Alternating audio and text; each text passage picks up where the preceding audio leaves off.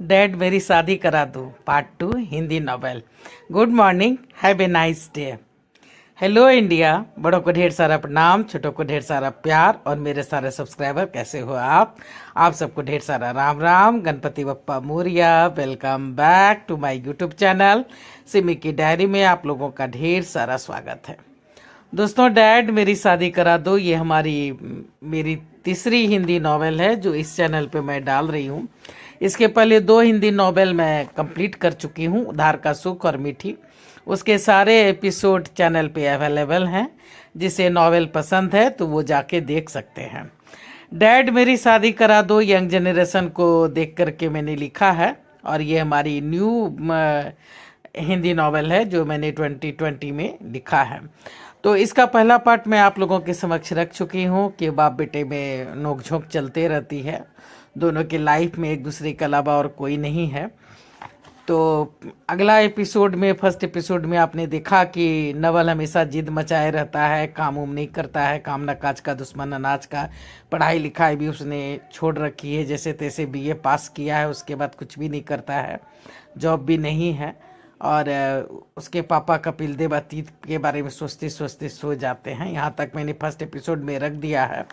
तो चलिए आज दूसरे एपिसोड में मैं आप लोगों के समक्ष रखने जा रही हूँ कि दूसरे दिन सवेरे सवेरे, good morning dad, good morning, चाय। वाह, आज इस बूढ़े बाप पे करम क्यों? क्या डैड, कभी तो पॉजिटिव रहो। अच्छा ठीक है, चल दे। वाह, चाय तो अच्छी है, खरीद के लाए हो क्या? डैड आप हमेशा टांग खींचते रहते हो। नहीं डैड, मैंने खुद बनाई है। अब दिन भर घर में रहते हैं तो चाय तो बना ही लेता हूँ। तो उसी तरह खाना भी बनाना सीख लो बाबू साहब। हाँ, कोशिश करूँगा। दोनों बाप बेटे चुपचाप चाय पीते रहे। कपिल देव स्नान करने चला गया। नवल खुश था कि चलो सुबह अच्छी बीती। सवेरे कपिल देव चाय पी करके दुकान चला जाता था, वहीं बगल से कुछ मंगवा के खा लेता था। दोपहर 1 से 4 बजे तक वो दुकान बंद रखता था। इसी वक्त वो घर आता, खाना बनाता और खा के आधा 1 घंटा सो भी लेता।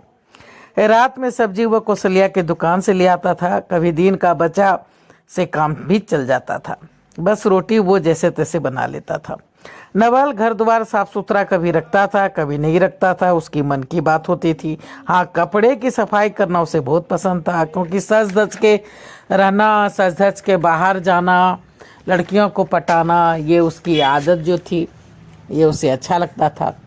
जिस दिन पैसों की ज़रूरत पड़ती उस दिन बापू का पैर भी दबा देता, तो कभी कभी लड़ाई झगड़ा भी कर लेता।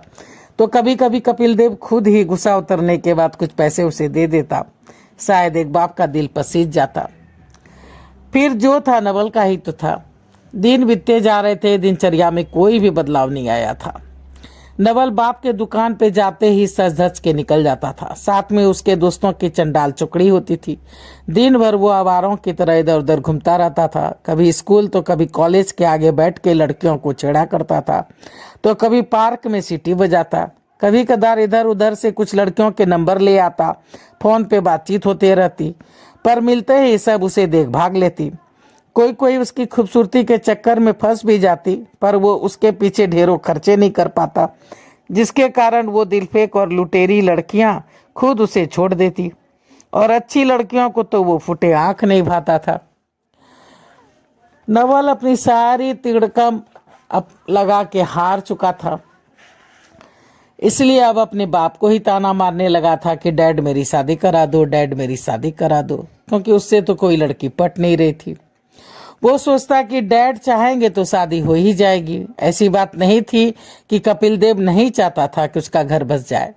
वो नवल को बिना बताए 2-4 जगह बातें भी चला रखी थी, पर कहीं से भी कोई भी जवाब नहीं आता था। 1-2 आगे आए भी, पर अड़ोसी पड़ोसी के बातों में आके रिश्ता तोड़ गए थे। बिना औरत का घर है, दिन रात बाप बेटा लड़ते रहते हैं। लड़का का चरित्र अच्छा नहीं है, 2-4 बार लड़कियों को छेड़ने के कारण जेल भी होके आया है। काम न काज का दुश्मन अनाज का, कुछ काम धंधा करता ही नहीं। खुद बाप ही दुकान पे बैठने नहीं देता, अब ऐसे में कोई दूसरा उसको काम दे तो दे कैसे, आप ही बताइए। एक बार बाप बीमार पड़ा था, पूरा दुकान बर्बाद कर दिया था। दिन भर दोस्तों को दुकान पे बिठाकर ताश खेलता था, सिगरेट शराब पीता था। दुकान घाटे में चल रहा है, ढेरों कर्जे हैं इन लोगों पे, जितनी मुंह उतनी बातें। जिंदगी में कुछ भी बदलाव नहीं आ रहा था, ना ही रिश्ते हो रहे थे, ना ही बाप बेटों की झुंझलाहट ही कम हो रही थी। बूढ़ा होकर के भी जिम्मेदारी निभाने को विवश था, और जवान बेटा काम न काज का, गलत संगति कहे या अकेलापन, और ऊपर से ये कमबख्त जवानी। एक साथी तो चाहिए ही, पर दाल थी जो नवल की गल ही नहीं रही थी। नवल की अभी वैसे कोई खास उम्र नहीं हुई थी, वह मात्र 25-26 का ही था। पर वो कहते हैं ना कि खाली दिमाग शैतान का घर। ना पढ़ाई लिखाई ढंग से की, ना कोई काम काज था, सो एक ही बात की रट लगा रखी थी कि डैड मेरी शादी करा दो, डैड मेरी शादी करा दो। वैसे कमाने वाले लड़के अच्छी कमाई कर लेते हैं, कुछ जोड़ लेते हैं, तभी कहीं जाके आजकल 32-35 में जो है सो शादी कर रहे हैं। नवल के कुछ दोस्त पढ़ लिख करके नौकरी पे लग गए थे, कुछ ने उसका साथ छोड़ दिया था। ले दे के 2-4 दोस्ती अब बच गए थे। एक बंटी था जो उससे छोटा था, दूसरा मोंटी था जो उससे बड़ा था, तीसरा चिंकी था जो उसका हम उम्र का था, और अमीर माँ बाप का बिगड़ा औलाद भी। सारे खर्चे इस चंडाल चौकड़ी का वही उठाता था। पचमा था मास्टर जी, जो गांव से आए थे बीवी बच्चा लेके, यही प्राइमरी स्कूल में पढ़ाते थे, पर वो ठहरे बाल बच्चे वाले, बस नाम मात्र की ही दोस्ती थी। कभी कदार संग हो लेते थे। बाकी उसकी फौज को तो उसके बाप ने ही गाली गलौज करके भगा दिया था। एक दिन नवल बंटी के साथ पहाड़ी पर बैठा था। नवल जब भी ज्यादा परेशान होता था वो यहीं आकर बैठ जाता था। ऊपर से नीचे कलकल करती झरना नदी में गिरती थी। प्राकृतिक दृश्य काफी मनोहर था। वो जब भी उदास होता यहाँ चला आता।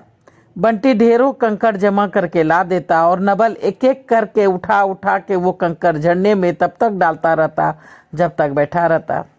कभी चीख लेता, कभी चिल्ला लेता, कभी बंटी को कुछ दिल की बातें बताता, कभी रो लेता। पता नहीं क्यों नवल को यहाँ आना अच्छा लगता था, उसे यहाँ एक सुकून सा मिलता था। नवल बोल रहा है बंटी? हाँ भैया। बंटी उसे भैया ही कहता था। मन हो रहा है यहाँ से कूद कर अपनी जान दे दूं। ये भी कोई जिंदगी है? ना माँ का प्यार दुलार, ना भाई बहनों के साथ खेला कूदा, बस फुआ लोग आती जाती थी, एक फॉर्मेलिटी निभाते रहती थी। उसमें भी अब मेरे हिस्से का सारा दूध बिस्किट फल सब अपने बच्चों को ही खिला देती थी। डैड दिन भर घर से बाहर रहते थे। वो डैड के सामने दिखावा करती थी। लड़ाई झगड़ा होता भाई बहनों से तो मुझे ही दोषी ठहराती थी। यार प्यार बहुत जरूरी है जीवन में, जो मुझे कभी नहीं मिला, किसी से नहीं मिला। शायद इसलिए मैं शादी की रट लगाए घूमता रहता हूँ। शायद दिल में छुपी वो एहसास ढूंढता हूँ। अपना परिवार हो, अपने बच्चे हो, कोई तो मेरा अपना हो जो मेरे लिए जिए, मेरी चिंता करे।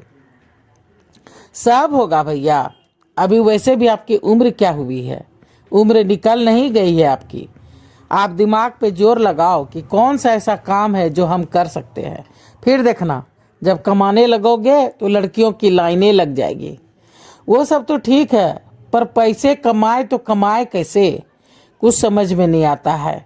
क्या करे? डैड दुकान पे बैठने नहीं देते। उस अभय को अपना चमचा बना रखा है। साफ सफाई, सामान लाना ले जाना, चेक, बैंक, पैसा, सारी की सारी जिम्मेदारी उस पे ही डाल रखी है। वो ही सब कुछ संभालता है।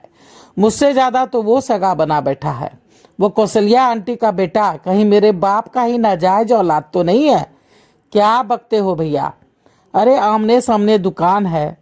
कौशल्या आंटी चाय, शरबत, सत्तू, टॉफी, चिप्स, पापड़, झालमुरी, पूड़ी, सब्जी जो बेचारी जानती है, जो बनाती है बेचारी, वही तो घर के बरामदे पर बैठ के बेचती है। उसे ही दुकान बना रखा है। ले दे करके माँ बेटे बस यही है परिवार में। घर भी 2 कमरों का छोटा सा है। उनका ना कोई अपना सगा है ना कोई सौतेला। तुम्हारे पापा का कौशल्या आंटी का दिल से दिल थोड़ा सा मिल गया, बस थोड़ी सी बातचीत हो जाती है दोनों में। अभय माँ की क्या मदद करेगा? कौशल्या आंटी खुद ही सब कर लेती है। सो वो तुम्हारे बाप की मदद कर दिया करता है। बदले में अंकल उसे 5,000 रुपया दे देते हैं, और क्या। ना ही आंटी गंदी है ना ही तेरे डैड। तू फालतू की बातें दिमाग में मत ला। पर उसका बाप है कौन, कभी किसी ने नहीं देखा। अरे कौशल्या आंटी के बाप का घर है वो भी तेरे जैसी माँ की तरह इकलौती थी, वैसे ही जैसे तुम्हारी माँ इकलौती थी अपने माँ बाप की। हमने सुना है उसका पति फौज में था, वहीं मारा गया तो ससुराल वालों ने उसे मनहूस कह के घर से निकाल दिया। उस वक्त अभय उसके पेट में था, तब से यहीं रहती है। अरे ये सब किस्से तो हमने भी सुने हैं, पर मुझे तो अपने डैड पर ही शक होता है कभी कभी। तू पागल मत बन, अनसन मत सोच, चल घर चल। नहीं, आज यहाँ से कूद ही जाऊंगा मैं। नवल कूदने को होता है तो बंटी जल्दी से आगे आ जाता है। बंटी उसे टकरा के आगे बढ़ जाता है, स्लिप कर जाता है। बड़ी मुश्किल से नवल उसे खींच के ऊपर लाता है। ये क्या मूर्खपनी है, तो क्या करता? सभी जानते हैं मैं तुम्हारे साथ यहाँ आता हूँ। तुम मरोगे तो हमें पकड़ के जेल में डाल देंगे, तो चलो साथ में मरते हैं। क्या पगलपंती है यार, एक तू ही तो है मेरा सच्चा साथी। दोनों गले लग जाते हैं। रात घिर आई थी, दोनों वहां से निकल लेते हैं। थोड़ी देर में ही दोनों मेन रोड पे आ जाते हैं। मेन रोड पे आते आते दोनों को मोंटी और चिंकी मिल जाता है। अरे सालों, कहाँ पाता था? सवेरे से ढूंढ रहा हूँ, ना कोई फोन ना कोई खोज खबर। सब ठीक तो है ना? हाँ यार। वो बंटी कुछ कहना चाह रहा था, पर नबल ने इशारा करके उसे चुप करा दिया।